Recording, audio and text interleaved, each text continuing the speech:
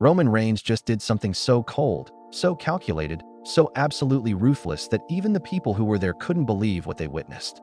And if this is your first time joining us, I encourage you to like, subscribe, and hit the bell icon to always get updates. Because what happened after Raw went off the air is the kind of backstage reality that WWE does not want trending, but it already is, and there is absolutely nothing they can do to stop it now. Let's set the scene. Monday Night Raw ends. The camera's cut. The crowd is still buzzing. And that's exactly when the RAW show begins. Because the moment those production lights fade and the broadcast truck stops rolling, that's when the locker room becomes a battlefield with no referees, no scripts, and no safety net. And this past Monday night, Roman Reigns walked straight into the middle of that battlefield and reminded every single person backstage, from the newest NXT call-up all the way to the veterans who've been around since the Attitude Era, exactly who he is, exactly what he represents, and most importantly, exactly why nobody, and we mean nobody, gets to sit at his table without his blessing. Now, before we go any deeper into what Roman did and said, we need to talk about Oba Femi, because there is a narrative being pushed right now, and it's being pushed hard from multiple directions, that Oba Femi is the next dominant force in WWE, that he is the future, that his combination of raw size, athletic freakishness, and that ice-cold presence he carries makes him the natural heir to the kind of throne that Roman Reigns has occupied for years. And you know what? That narrative isn't wrong. Oba Femi is a specimen. He is the kind of talent that comes around maybe once in a generation. His NXT North American Championship run proved that he can carry gold. His performances against some of the best workers on the roster prove that his ceiling is as high as any superstar alive today. But here's where it gets dangerous. Here's where the RAW story begins. Because somewhere in that conversation, somewhere between the hype and the highlight reels and the fan speculation, Oba Femi apparently started hearing something that no one in his position should ever allow himself to hear. He started hearing that he was already there, that he had already arrived, that the throne was his for the taking, and it was only a matter of time before he reached up and snatched it. And that kind of thinking, in Roman Reigns' world, that is a declaration of war. What was the last championship Oba Femi held before making his main roster debut? First person to get it right wins the respect of this entire community. Now here is what our sources inside the compound. And yes, we do have sources, because Backstage Wrestling News didn't build this platform by guessing. Here's what they are telling us happened after Raw went dark. Roman Reigns, who as most of you know has been operating with a very selective presence on WWE television lately, was backstage at the arena Monday night. He wasn't scheduled to appear on camera. He wasn't listed on the internal run sheet as a participant in any segment. His presence was described by multiple people in that building as deliberate and quiet. The way Roman always moves when he has a specific purpose. He doesn't make noise when he's making a point. He lets the silence do the work. And what was that purpose? Roman had caught wind of something. Specifically, he had heard that Oba Femi had been making noise. Not loud noise, not disrespectful noise, but noise nonetheless. Conversations in certain circles suggesting that Oba was positioning himself mentally for a run at the very top of the card. Conversations where Oba's name was being floated by Oba's own camp, as someone who could realistically step into the main event picture and hold that space the way Roman held it during his legendary Tribal Chief run. And in some of those conversations, Roman's name was being used as the measuring stick. Now stop right there, because you have to understand the psychology of Roman Reigns to understand why that alone was enough to bring him to that arena on a night he wasn't booked. See, most superstars, most human beings, would hear that someone younger and hungrier was comparing themselves to you, and they would either ignore it or they would respond in the press. Roman Reigns does neither. Roman Reigns responds in person. Roman Reigns looks you in the eye. Because in his world, disrespect isn't something you handle with words on a podcast or a social media post. You handle it face to face. You handle it in the room. You handle it the old way. So Roman walked into that building. And according to what we're hearing, he found Oba Femi. And what Roman said to him, the specific words, the specific energy, the tone of that conversation has been described to us as nothing short of devastating. Not violent, not threatening in any legal sense, but devastating in the way that only Roman Reigns can be devastating. Because Roman didn't raise his voice. Roman didn't posture. Roman simply reminded Oba Femi of a very specific truth, a truth that the hype and the momentum and the fan excitement had apparently started to blur for the young superstar.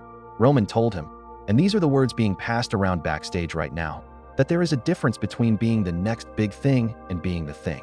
And that difference isn't measured in championships or social media impressions or even crowd reactions. That difference is measured in what you've survived, what you've carried, what you've sacrificed.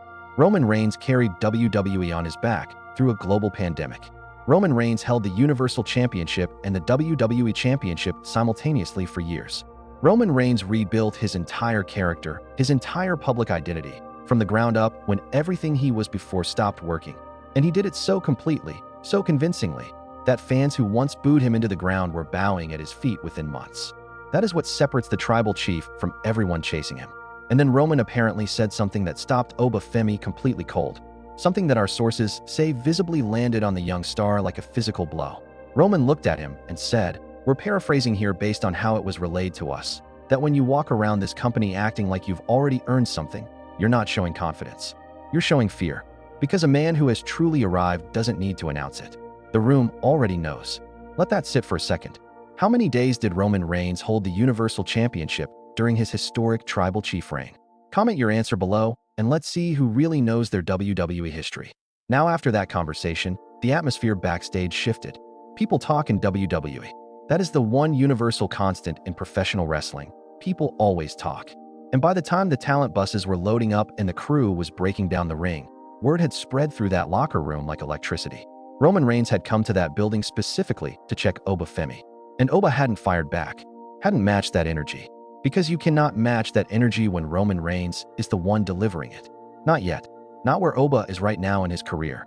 And Oba, to his absolute credit, apparently understood that. He took it. He stood there, he absorbed it, and he walked away with something far more valuable than a comeback. He walked away with a lesson that no NXT developmental program, no promo class, and no amount of 5-star matches could have ever taught him. But here is where this story gets even more layered. Because our sources are also telling us that this interaction wasn't purely disciplinary. It wasn't Roman Reigns feeling threatened. That is not what this was. The people in that building who witnessed this, or who heard about it from those who did, are very clear that Roman's energy wasn't fear. It wasn't protectiveness. It was something far more complex. It was Roman doing for Oba Femi what nobody apparently did for Roman when he was coming up, and that is giving him a real, unfiltered, honest roadmap before he gets too far ahead of himself. See, there's a version of Oba Femi's career that goes off the rails, where the hype gets too loud too fast, and the superstar starts performing for the hype instead of performing for the craft, where every promo becomes about positioning instead of passion, where every match is more about the push than the story. WWE has seen that version of a promising career before, multiple times, and it never ends well. Roman Reigns, who has been through every single version of that trap himself, apparently wasn't going to stand by and watch it happen to someone with this much potential, not without saying something. So yes, this was Roman shutting Oba down, but it was also Roman, in his own way, investing in him, in the most brutal, most direct, most tribal chief way imaginable, but investing nonetheless. That is the contradiction at the heart of Roman Reigns that his critics will never fully understand. This is a man who can crush you and build you up with the exact same sentence. Now what happens next? That is the question every single person in that locker room is asking right now. Because Oba Femi is not someone who is going to quietly absorb this moment and simply move on. That is not who this young man is. He is competitive at a level that very few people in this industry are capable of. He wants to be the best. He wants to stand at the top. And now he has been given the clearest, most brutal possible picture of exactly how far he still has to go, and exactly what kind of mountain he is trying to climb. That picture, that clarity, in the right hands, that is not a setback. That is rocket fuel. The next time Oba Femi steps through those curtains, watch his eyes. Watch how he carries himself. Because if he absorbed what Roman gave him the right way, if it lit the fire instead of extinguishing it, what we are about to see from Oba Femi on the main roster could be the beginning of something that this entire industry is going to be talking about for the next decade. Roman Reigns came to that building Monday night with one message. And that message was received loud and clear by everyone in that locker room, veterans and rookies alike. The tribal chief is not done. The table is still his. And anyone who wants a seat at it better come correct, come prepared, and come with something real, because Roman Reigns will see right through everything else. This is Backstage Wrestling News. If you are not already part of this family, hit that subscribe button right now because we are just getting started. The story between Roman Reigns and Oba Femi is far from over, and when the next chapter drops, you will want to be right here when it does.